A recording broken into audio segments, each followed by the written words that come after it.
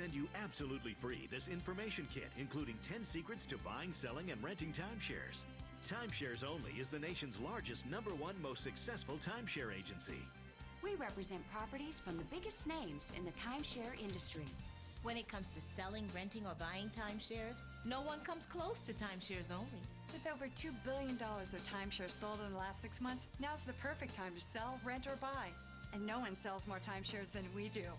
You owe it to yourself to work with the best. Timeshares Only, the most trusted name in timeshares. Call 800-311-0401 to turn your timeshare into cash and get your free information kit.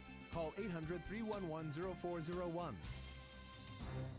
On the next Mastermind. The biggest robbery in the United Kingdom. When armed robbers couldn't crack a safe, they stumbled onto something even bigger. An absolute fortune on the floor. Plus, the New York fashion scene, glitz, glamour, and the perfect setting for a brilliant thief.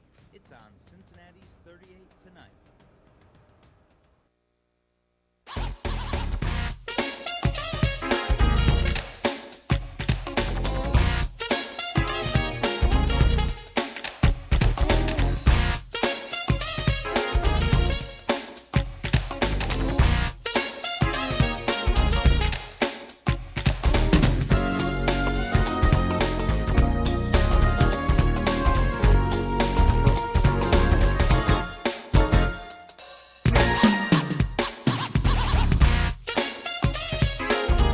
Good morning. It's 10 o'clock. Welcome to Lincoln Ware Live. We're here every Sunday morning from 10 until 11. And as usual, we've got a great show lined up for you today. The first half of the show, we're going to talk DNA. Who's the baby's daddy? I don't know. We'll find out the process of all that coming up. We've got the DNA Diagnostic Center, and we'll talk to them the first half of the show. Second half of the show, Dr. Odell Owens, the Hamilton County Coroner. Boy, that's a tough job. Your whole life is centered around death.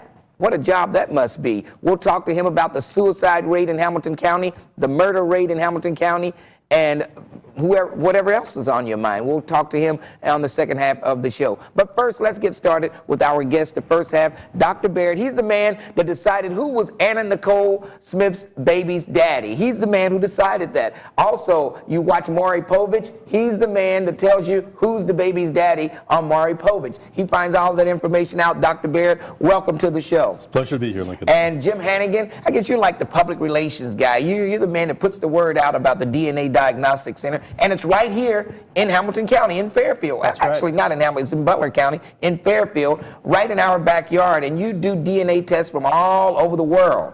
That's right. Now, okay, let's start with you, Jim. How long have you been here in Hamilton County? We opened up DNA Diagnostic Center in Fairfield in 1995. In 95. Now, you've done some high case DNA testing. I guess the most notable, the Anna Nicole Smith case. You guys had to go down to Florida, take the results down, and stand before the judge to the verify. Bahamas. Yeah, but it was unbelievable, unbelievable. Now, Dr. Baird, you're the man that gets behind the microscope and decides out who is the baby's daddy. I mean, how did you get into this business? Well, I got into this business basically through training and education. I got my degree in genetics from University of Chicago, and I was fascinated in using DNA for that purpose. And this is back before any companies really existed in doing this identification testing. And I was, lucky enough to be one of the pioneers to help develop this for both paternity and forensics. And speaking of paternity, I guess this month is National Child Support Month. And I guess Jobs and Family Services are offering some type of amnesty to guys that are behind on their child support that lost their driver's license. Now, a lot of guys are out there, and I get calls from them all the time, and feel free to call us this morning at 513-381-3838 if you have any questions about paternity and the DNA testing. Now, there is a period that if you don't get this done early on, that if you find out maybe 10 years later that you're not the child, you're still responsible. There's some laws that say that. Who wants to elaborate on that? Sure, I'll jump in a little bit. When a child is born out of wedlock at the hospital, they'll try to get the parents, especially the father, to sign an acknowledgement of paternity. And you have about 60 days to go back and try to rescind that. If you change your mind for some reason, you find out certain things, you've got 60 days to administratively go back and try to get that changed. Now, after that 60 days, then you really have about a year to get a genetic test, which is what we do, to try to overturn that first acknowledgement. And if you don't do that and you just let things ride, and then later on you find out that you're not, they can still hold you responsible. They can, and they do.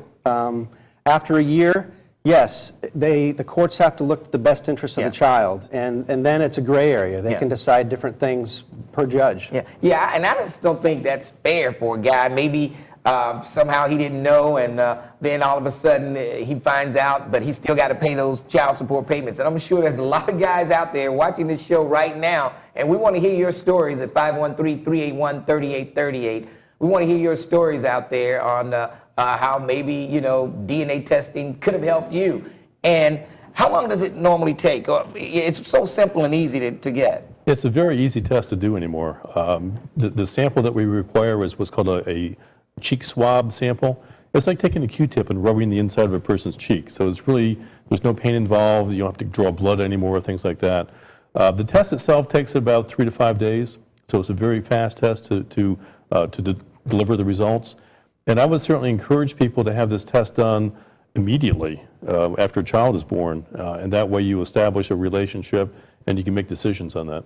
All right, we'll take a quick break and we'll give you a chance to jump on board at 513-381-3838. That's the number. Lincoln Ware Live on the air. Coming up the second half of the show, Dr. Odell Owens, the Hamilton County Coroner. We'll take a quick break and we'll come right back and we'll take your calls. 513-381-3838. Back in a moment.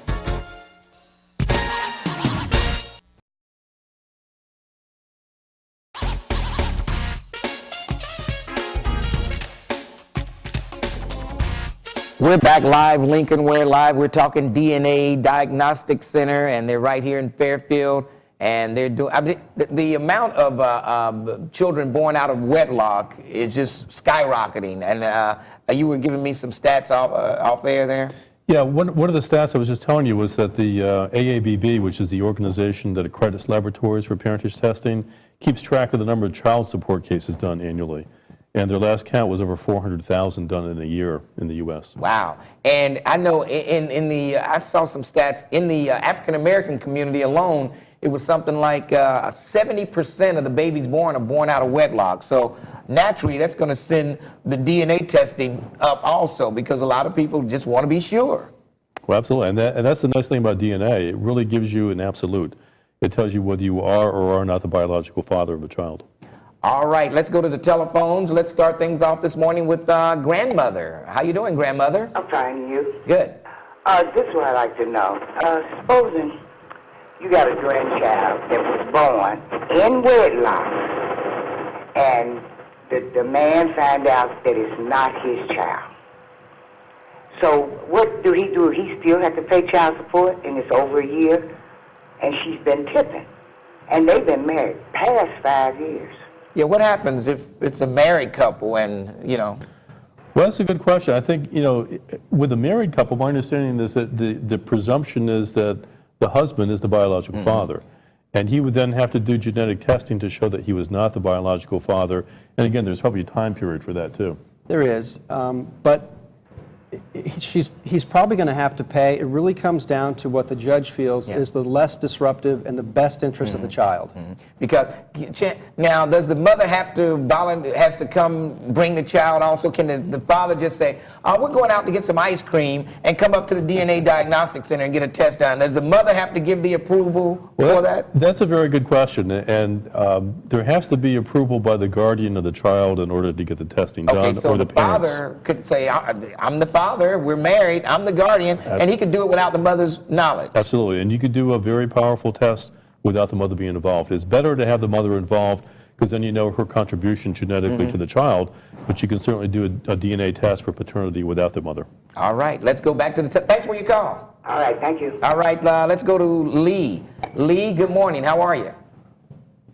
Lee. Okay, guess we lost Lee. Let's go to line 4. Okay, D, how are you? I'm fine. I have a question. Yes. Now, when you're doing the DNA testing, if the woman comes in and has the wrong father, who has to pay for that test? And also, if you have it done in a hospital, do your health insurance cover it? Well, I would say that my understanding is that most health insurance do not cover this kind of testing, paternity testing. The testing needs to be done by one party or the other, and generally that's established up front when the case is first brought in. And now, okay, and you was asking if you find out that this person is not the father, you still have to pay for the test regardless. I mean, you're getting results, so you have to pay for the test. Yeah, there's no guarantee what the test result's going to be, but you got to pay for the testing. Right. Yes. And just since we got you guys out early this morning, we're going to give if they dial 881-4040 and just mention my name, you'll give them $100 off the DNA test. That's right. Our normal fee is $475. If they call and mention you on that special line, the 881-4040, and we do have people in the office today who are taking calls. They're probably in the office now. Then they'll give them a special discount. Now, on the Anna Nicole Smith, was that? I mean, you probably never seen so much media frenzy on the paternity of the Anna Nicole, case. What was that about? It was pretty intense, I must admit. Normally I'm a quiet person. I work in the laboratory, give my results out, and no one really seems to care much one way or the other. But in this case, there was media everywhere, and Jim was down there with me for a couple of these instances, and basically you walk out and there's cameras in your face, people with microphones in your face wanting comments, etc. It's kind of an uncomfortable situation for a scientist to be in. Now, did you have you had DNA from Anna Nicole? Did you have her DNA also? Yeah, we did. We ultimately got a sample from Anna Nicole from the coroner down, Dr. Perper down in Fort Lauderdale, Florida. Okay. And we used that plus the DNA from her child, Danny Lynn, and Larry Burkhead. Okay, and you didn't actually need her DNA to prove that he was the father, did you? No, we didn't need it, but it was a nice control to have, basically, to make sure that we had the right baby. I think there was some concern whether or not there might be a switch of the baby. Oh, okay. And by having Anna Nicole sample, we could establish that it was her baby. Okay, switching the baby. And when people come out to get the DNA from you, they have to have a picture, photo ID, and the whole bit so that somebody won't send the wrong guy out there. Well, that's a very important point. The kind of testing that we offer is what's called chain of custody testing.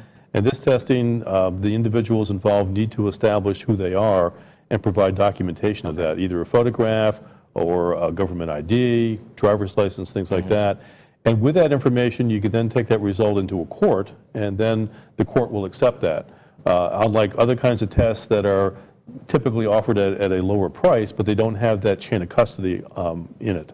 All right, let's go back to the telephones. I believe Lee is back. Lee, how are you? Lee. No, it's not Lee, it's Fred. Okay, they said Lee was on 3, but go ahead, Fred. We'll talk to you. How you doing, Fred? I'm doing fine. Listen, I talked to you about this about 2 years ago, Lincoln, where that, okay, I was married to this woman. Okay, we got a divorce, right? Yes. But I had 2 kids by her. So, it's about a couple years after we got the divorce, she tell me now one of them is mine. And you were still paying child support? Yes, but wait a minute, hear me out. So she went to court with me and told the judge and gave the judge the problem who was the kids was. And the judge, he pleaded with me. He said, I'm sorry it happened to you, and blah, blah. And then he sent me a letter about 2 months later saying I got to take care of him anyway. Now, I've been taking care of him ever since. Here it is about 28 years later. Yeah, well, see. Still on that. See, I guess you got behind on your rearage, and they're still making you catch up with that, even though the kids are grown, right? Yeah, but no, that's not what I'm saying. But you're upset because even after she told them they weren't your kids, you still had to pay. Right, no, you're not listening to that. I'm still paying child support for a kid that's not mine. That's what I'm trying to say. Right, and how old are they? One, he's got to be, what, about 28 or close to 20. So why, were you behind in the payments and they're making you catch up, or what? I mean, because why are you still making payments and the kids are 28? No. Unless you were behind on your rearage so far that they're just making you pay that on off, and, no matter how long it takes. No, you ain't listening to me. Ain't now one of the kids is mine. We know that because you were not able to go back, and the judge said, okay, you've had them all this time. The time limit had passed, I guess, and they said they're your kids. So. But I didn't know that, though. But, I mean, that's just the way the cookie crumbles for these guys out here. I mean, like you said, the time limit had passed. Yeah, I think that's why it's so important to have this test done early. Yeah. And if you have a test done when the child is born, you can establish that. Okay, ask the guy, if you ask the judge about taking the test and they said no, so is that legal? Probably so. The time limit had expired and, you know, he was stuck. Yeah, unfortunately, that happens a lot, and that's kind of where the science and the law differ. I mean, the science can come up with an answer whether or not someone is the biological father or not of a child. At any time. At any time, but the law has certain limits in terms of when that can be presented to the court. All right, let's go back to the telephones, 513-381-3838. Let's go to Ken. Ken, good morning. How are you? Hey, good morning, Lincoln. What's on your mind? Hey, I got a question I've been trying to get an answer for 2 years. What if you pay for your child, say, the whole 20-year process, and you paid your arrears, but then there comes a time they send you a letter saying the child is emancipated, and they're still taking out the check. How do you have to go through the mother, like they told me, as far as taking to court to get the money back? Well, okay, explain that again. You're still paying the arrearage. No, everything's all paid, but I've come to find out that since the child's been emancipated, the letter they sent me, they were still taking out my check, garnishing out my check. Wow, that's crazy. You need to go downtown and talk to somebody in child support to have that stopped. It stopped. It's been stopped about a year now, but I can't seem to get my money that I owe. Oh, that's probably going to be real tough. Once they get that money, they don't let it go easy. You may need a lawyer. It's all paid up. You may need to get a lawyer to put some pressure on them. All right, thank you. All right, thanks for your call. Let's move along, 513-381-3838. Jerry? Yes? How you doing? Fine, how are you? Pretty good. Oh, I was just going to ask, my daughter's father, he's from Texas, and they've had a hard time trying to get a DNA test done because he can't, he moves around a lot. So I was wondering if there was a family member willing to do a DNA, could they do that from another family member? Well, that's a good question. It's not recommended to do it. Like a half brother or sister. Yeah, it's not recommended to do a test like that because it doesn't really establish whether or not the person in question could be the biological father. Okay. And I'll just say a little more on that. Basically, people that are related to an alleged father can be used to help reconstruct what his genetic profile would be. But it also assumes that the people in question are related as they say they are, which oftentimes they're not. Yeah, I just wondered because she's 18 now, but I can still pursue it. Well, and you guys, no matter where in the country you are, you've got satellite offices around, and you can just, if you find out what city he's in Texas, you can tell them where they need to go to get the test done. They send it out to you, and it's just that simple.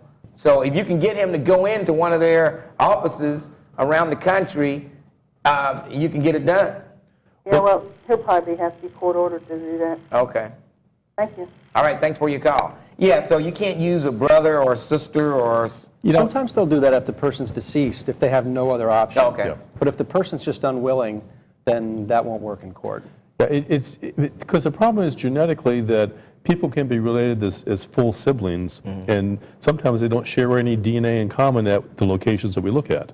So it's a matter of chance in terms of whether they share the same, what we call alleles or genetic factors that the child got from the biological father. And if they don't, it looks like they may not be related, and they could be. Okay. All right. Let's take a break, and we'll come back with more DNA and who's the baby's daddy right here on Lincoln Ware Live.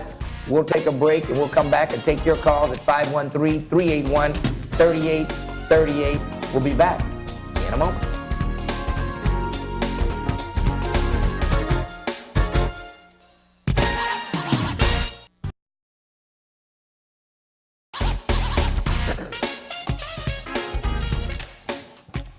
And we're back live. Lincoln Ware Live is the program. Dr. Baird, Jim Hanigan from the DNA Diagnostic Center in Fairfield. 881-4040 is the number you want to call. And if you mention my name, you get $100 off. And let's go back to the telephone. Let's go to Gwen. Gwen, good morning. You're on Lincoln Ware Live. How are you? Good morning. How are you? Pretty good. Great. first thing I want to say is that they need to consider all factors when they're making these decisions. Not just, the child is important, but that should not just be the only factor.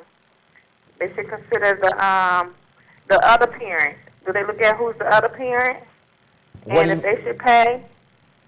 Oh, well, yeah, that's like a child support, domestic relations type issue there. But and we're going to have those people on before the end of the month is over. So keep watching, and you'll be able to throw those questions at them. But mainly this morning, we're talking DNA and how do you get the testing done, and is it accurate? I know I've seen some of on my radio show, we had people come in and I revealed the results to them, and it says 99.9999. Have you ever had any that says like 98 or 90 or 89? No. Okay. We the reports that we issue will either be 99.9 if it's an inclusion or 0 if it's an exclusion. Okay. All right, let's go to Renee. Renee, how are you? I'm fine. How are you? Pretty good. I have two questions. The first question I would like to ask is, when you're with, when you have a child, can you test one of the family members if the father cannot be found? The biological father cannot be found. Can you test one of his family members to find out if it's really his child or not? Well, that's a good question. I think we covered that a little bit earlier in terms of the relatives. There are some kinds of tests that can be done that are quite helpful. One is called a YSTR test. So in other words, if it's a male child that's in question, you can determine whether or not the male child has a common male lineage if there are any other male relatives of the alleged father. And that, again, is not definitive in terms of the identification of the father, but it's certainly suggestive if they're in the same family or not. Yeah. If they're not, you're then back in the situation of trying to test relatives and trying to put the pieces back together of what the alleged father might look like. If you have the parents of the alleged father, both mother and father of the alleged father, you can do a very powerful test for grandparentage, for sure. Okay, so you get the grandparents in there, and then that'll help out a lot. Okay. Okay. And the second question that I needed to ask was dead relatives. I have a problem with something that happened a long time ago, but the parent died, supposedly parent died, and the daughter need testing. What do you do? Does it cost more to have some kind of testing, or can it be done? Well, what about the grandparents? Are they still living? No, they're deceased. Okay. They have brothers and sisters that are still alive. Well, you can always do tests with the remaining people that are alive to determine whether or not they have anything in common. And again, we have the ability to look at a lot of different places in the DNA in order to establish a relationship, and sometimes it is helpful. The other thing I might also suggest too is that you can always perhaps think about exhuming remains of an individual and do a test on their DNA directly from a deceased individual. All right, thanks for your call. Let's move along. 513-381-3838. Sharon, good morning. How are you? Hi, how are you? Pretty good. Okay, I had a two-part question. Okay, turn your TV down. Turn your TV down. Turn the TV down. Frazier, turn it down. It's confusing. I wanted to know, okay, if I have a child and he's like in the custody of the grandparents, okay, why is one parent liable to pay all the child support and he's on disability? Okay, that's a case for the child support people. Oh, okay. And I'll have them in before the month's over. Oh, okay, and then... Because this is National Child Support Month. How about that? Oh, okay, that's great. So we'll answer all those questions. Do you have a DNA question? Oh, yes. Okay. What's the one? What else? Okay, well, call me back later. Just a minute. Wait a minute. Hold up. Here it is. Okay. Okay. Now, if a child is incarcerated, are you still liable to pay child support? That's still a child support question. Oh. Okay. And I'll have those people in before the end of the month. Unbelievable. Let's move along. 513. We're here to answer your DNA questions. But child support issues can come in through the DNA issue, but she was asking questions specifically for the child support people, which I'll have on the show later in the month. All right. Now, do you, this is National Child Support Month, do you see a spike in DNA testing, you think, or? Well, I've seen an increase over the years. And again, based on the number I gave before, 400,000 a year child support cases, that's been increasing about 10% a year for the past 10 years. Wow. And so I guess that's all goes to show that it's not a whole, I mean, people do get divorced and you have child support cases, but so many babies are being born out of wedlock. And that's where the paternity testing really comes in, because they're born out of wedlock and the father's going to question whether he is the father or not. I think that's very true, and also it lends to the power of the test that's available today. You can establish unequivocally whether you are or are not the biological parent. All right, we're just about out of time. We've got time for one more call, and no one's on line 2. Line 3, maybe? Okay, let's go to Michelle. Michelle, how are you? I'm doing fine. How about yourself? Pretty good. You're the final caller. What's your question? Good to save the best for last. All right. Okay, my fiance, my baby's father, she's 3 now. We had a DNA test done, and she is his daughter. Since then, last October, he's deceased. He had been paying child support on another child in Arizona from Ohio, in which he thought that the child was not his. And now that he's deceased, and now that this child is out in Arizona, is there any way that I could do anything to see if that child is his? He's paying Social Security-like benefits to the child.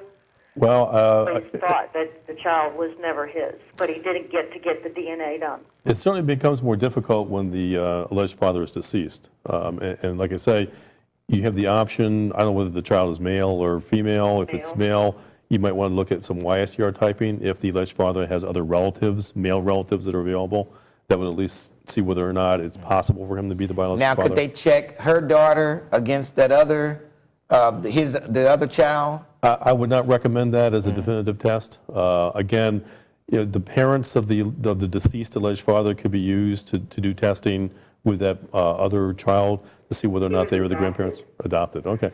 Well, you're making it difficult. All right. Thanks for your call. Thank you. Appreciate it. Well, I tell you what, you guys, we have to get you back again because there's so many questions surrounding DNA. They had a big article in the Inquirer earlier in the week about DNA, paternity testing, and how there was a time limit and how these guys were still having to pay because they didn't get it done within the time limit. So I know you guys are going to stay busy and get busier and busier. Give that phone number once again, Jim, that people can call and get a discount. It's 513, so it's a local number. It's 881-4040. 881-4040. Call that line and mention me, and they'll give you $100 off the DNA test, and that's got to help. Sure. Hey, thank you for spending time out, taking time from church to come in here with me this morning. You're dressed, ready to go. Just step out of here and go to church. Absolutely. Sure will. Thank you for joining us. All right, thanks, Lincoln. We'll be back with Dr. Odell Owens in a moment.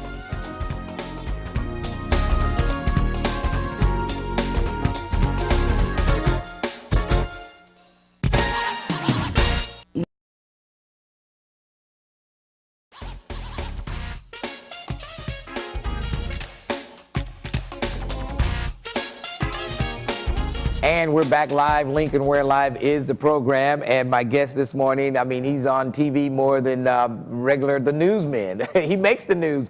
Dr. Odell Owens, Hamilton County Coroner. Welcome to the show. How you doing? I'm doing okay, man. All right. You've been busy a lot lately. I mean, if it's not murder, it's suicide. It's been a horrible week. Oh, and that suicide rate is just, people just don't realize how many people commit suicide that it never hits the news. Well, suicides have always occurred more than homicides. Mm-hmm. You know, in 2001, we had 40 or 50 homicides. For the last 15 years, we've always had over 100 suicides a year, but no one ever talks about it. And when the coroner talks about it, people say he shouldn't talk about that. Why is that? I mean, people were saying that you shouldn't get on TV and say, give your opinion as to why you think a person committed suicide. Why do they say that? Well, again, there's this whole taboo about suicides. And my issue, and I challenge everybody, Lincoln, I give talks in schools. I asked a group of kids the other day, I asked them, give me the phone number for child abuse. They all knew it. Mm-hmm. Half of them could give me the phone number for La Rosa Pizza, but none could tell me about the suicide hotline. Mm-hmm. And yet, we have more suicides than homicides. So by not talking about it, families then don't pick up the early warning signs. I'm amazed when I go to a scene and you find someone has committed suicide. The family said, well, last night he said this, and he was going through the album. He said, I will always love you, and this and that. And you say, that's consistent. That you need to say, wait a minute, something's not right. Let me spend more time with this individual. Let me get this individual some help. Now, how does a guy like you go home and sleep at night after you go to a murder scene, a murder-suicide scene, just like the one the other day? She had an X. She marked an X on the kid. On the girl. And how could you, I mean, you go in there and you see this. Does that take a toll on you after a while? Well, it does. You know, I told people that night that that was one of the worst scenes I've been to. Not gruesome scenes. I've seen worse gruesome scenes, but emotional scenes. To walk into a room, see a mother on the floor, see her two beautiful children in bed, and the fact that she put the gun right on their chest and shot them twice. That's what really got to me. But, you know, Lincoln, the next day I gave a talk in Independence, Kentucky to 225 teachers. And the superintendent, after the talk, they gave me this tremendous standing ovation. And he said, you know, we need you this week because we're starting school. We need to hear your message about education and violence. Then he turned to me and said, but based on this week, you needed us today. And that's true. Yeah. By them showing that love to me and that appreciation, that uplifts me. And that keeps me going. So when I go to schools and kids appreciate or they send me a letter, that keeps me going. And more suicides happen in the suburbs than the inner city. Well, let's put it in this perspective. In 2006, not one black female committed suicide in Hamilton County. Not one. 2005, one. So yes, your suicides are in the suburbs. If you go and look at 2005, when Over the Rhine was the hub of homicides, no suicides in Over the Rhine. Now people find that just unbelievable. We'll kill you, but we won't kill ourselves. No, and people who have to live and struggle. If you're talking about living in struggle, then go down to Over the Rhine, some of these other neighborhoods. People have to struggle to live. They got to deal with the rats, the roaches, the landlord, afraid to go outside. If their kids are getting beat up, robbed, you're afraid to even step out your door or send your kids down the street. Do not commit suicide. Now, and you were talking about the how we tie DNA together with you were saying how on homicides, a lot of homicides. On every homicide case, we save some DNA.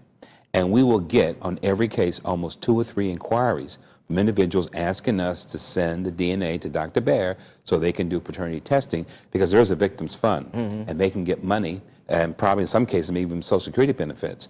Now, the victim's fund, you can get money as long as the victim did not have drugs in their system. Okay, if they've got drugs in their system, you don't get anything. You don't get anything. All right, 513-381-3838. We'll take a quick break and we'll come back and let you talk to the Hamilton County Coroner, Dr. Odell Owens. We'll take a quick break and come right back. 513-381-3838. We'll be back in a moment.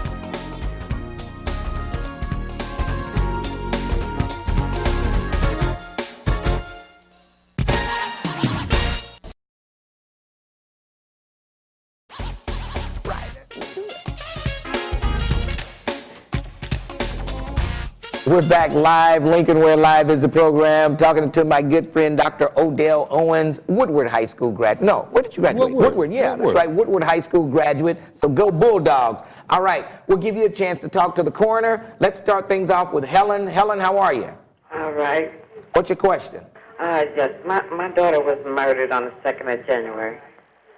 And on her coroner's report, it says she had an incise wound of the ventral neck, incising the right internal jugular vein and the right lobe of the thyroid with the exsanguination.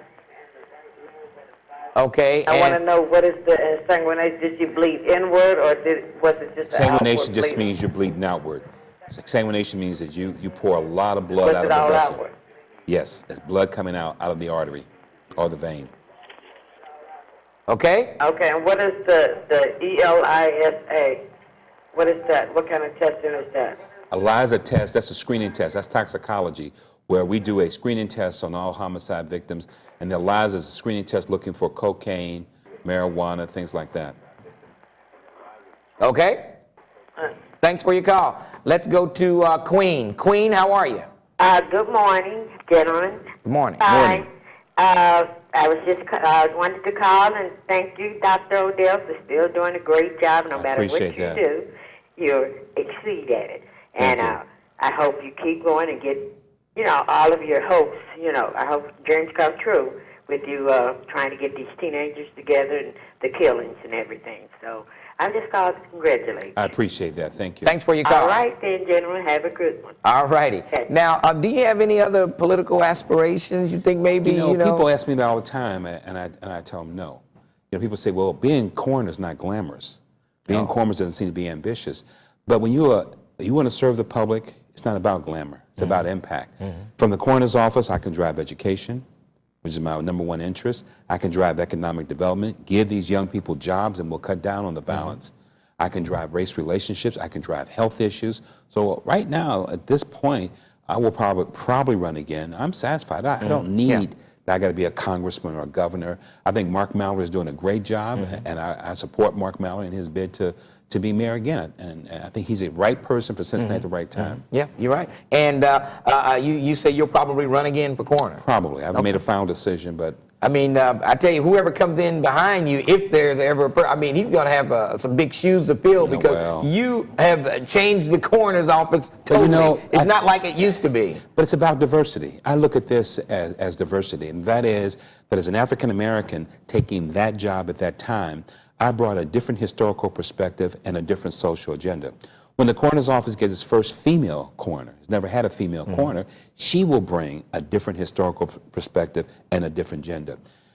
A year from now, I'm going to be elected president of the International Coroners Association because I am the first vice president now. And what I've done, even with that organization, is trying to change that office, make it more about life than death. Yeah. And we can have that kind of influence, then I'm happy. All right, let's go to Melanie. Melanie, how you doing? Hi, I'm fine today. How are you? Pretty good. Hello, Dr. Owens. Good morning. I have a two-part request for you. The first is actually dealing with DNA in the last section. There's a common misconception, especially among poor people, that a child has to look like, especially the father, for it to be theirs. And I'd like for you to dispel that quickly. And the second, I would like for you to, the young man who beat his girlfriend to death and ultimately killed her child, killed their child. On the buzz, I listened to one of the talk shows, and she said she had a little bit of sympathy for this person because he said he didn't want another man raising his child. Can you please kind of drive home the point to these people of, I guess, the magnitude of what he had to do to hurt this child, to crack this child's skull in utero, so that maybe they can kind of get away from the whole, okay, well, he's a victim to this, that, and the other. I kind of would like to drive that home. What he had to do to crack this child's skull. And don't those people just drive you crazy that say they have sympathy for this guy? Don't they just drive you crazy? That's why I have to take high blood pressure medicine now. When you get these calls, well, you have to feel sorry for the guy because, I don't want to hear that crap. Thanks for your call. I appreciate it. Thank you. All right. Well, she's right. It takes a lot of force. And this young girl had footprints all over her body to smash the uterus, to fracture the skull of that baby whose name is Precious. But what I do want to say is that Precious' body is still in the morgue. The mother did not have any money to bury her, and therefore the body has not been claimed. They were going to cremate it, again, no service. I mentioned that in my last news conference, and a business from Indiana has donated some money that she may get a burial. Okay. The sad part is I wish people from the inner city who share that kind of pain would have contributed.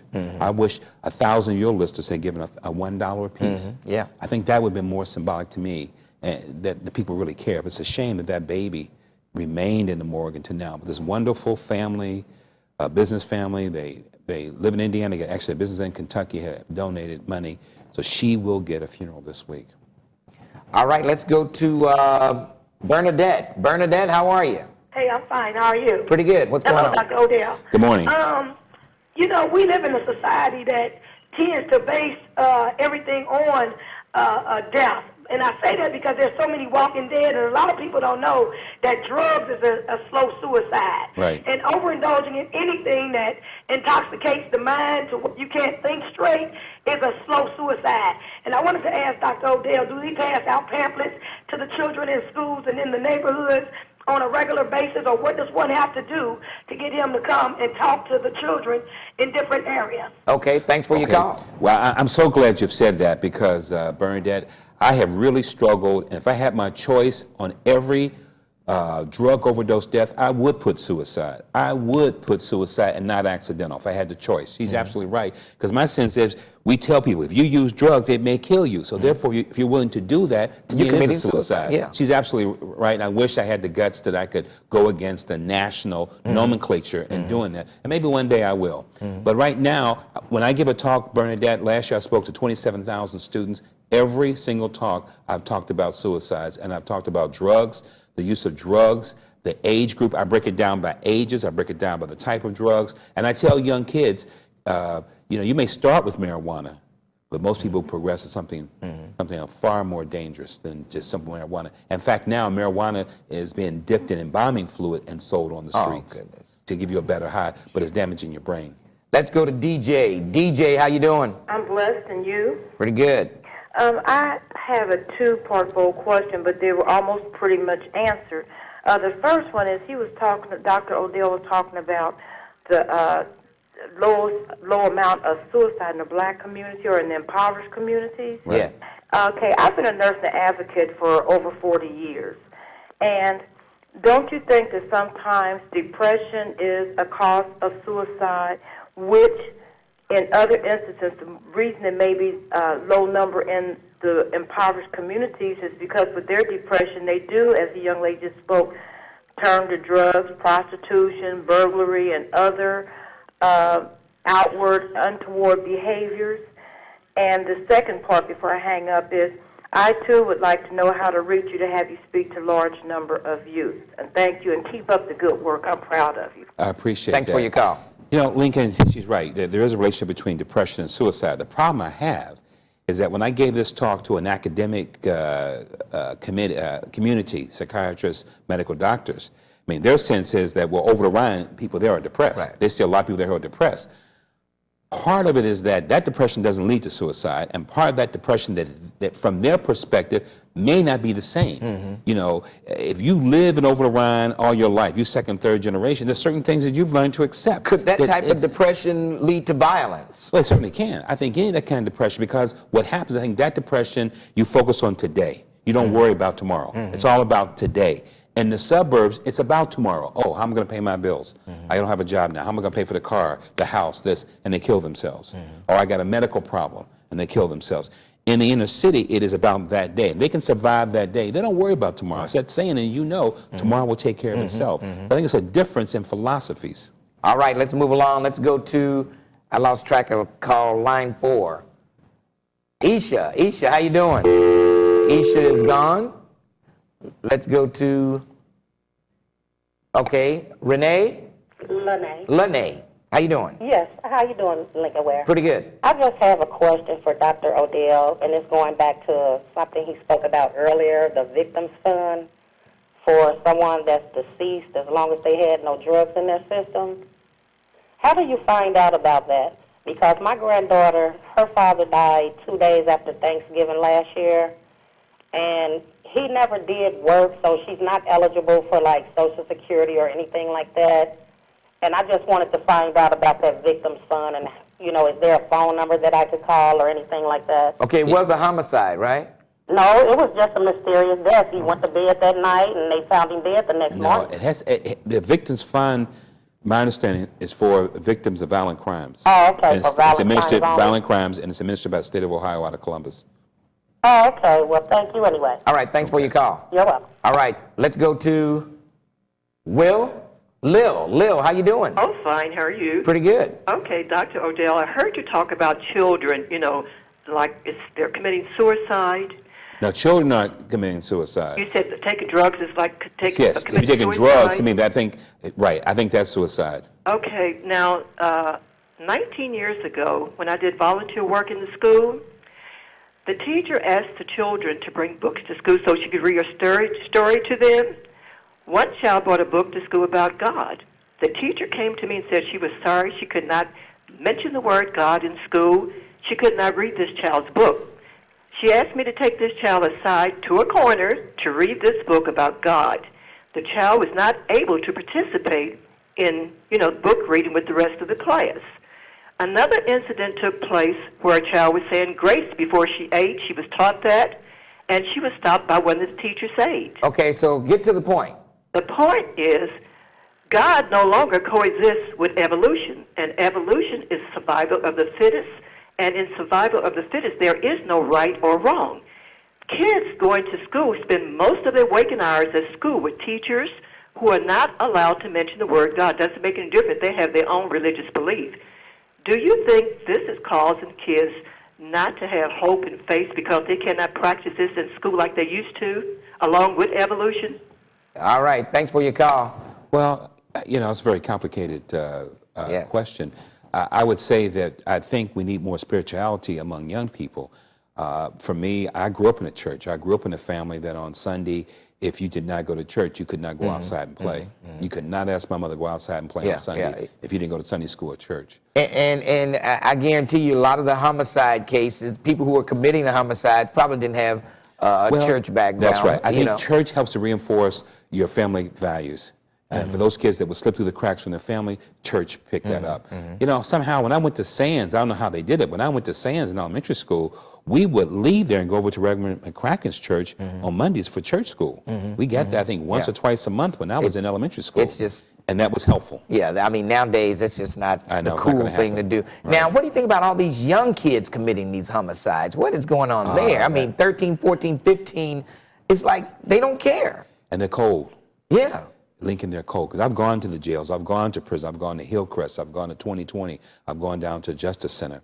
It's a shame because there's an element of young people in our community who truly feel that, hey, by the time I'm 22, I'm going to be dead or in jail. So that's my life expectancy. And they live that kind of life. Careless, they don't care about responsibility, they'll shoot you in a heartbeat. 74% of all the homicides, a handgun is used. However, what we've seen, the greatest use of weapons is in the suicide population. The greatest increase of using weapons. Right now, 52% of all suicides, a shotgun rifle or handgun is used. Wow. So we've seen people embrace the guns in the city. They're embracing the guns in the suburban areas as well. Wow. Well, as always, you're a wealth of information, and we've got to get you back in here sometime. Got to get you on the radio show, too. I know those callers are brutal, but we'll get you in there. Thank you for joining me, and it's always good to have you here. Always be with you, Dr. Odell Owens, Hamilton County Coroner. We'll take a break and come back to Talk of the Town. Thank you, Dr. Owens. Back in a moment.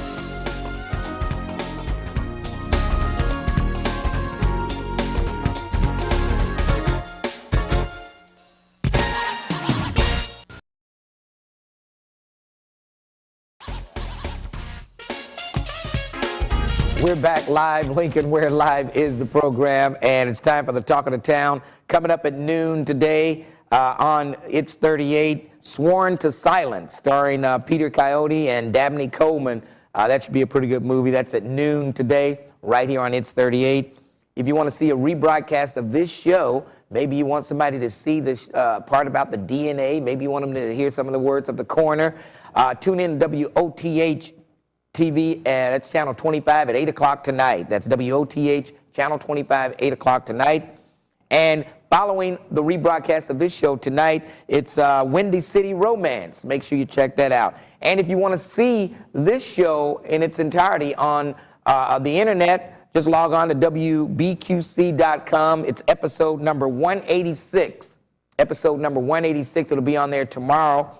And you can see the entire show on the internet, WBQC.com, and click on the episode number 186.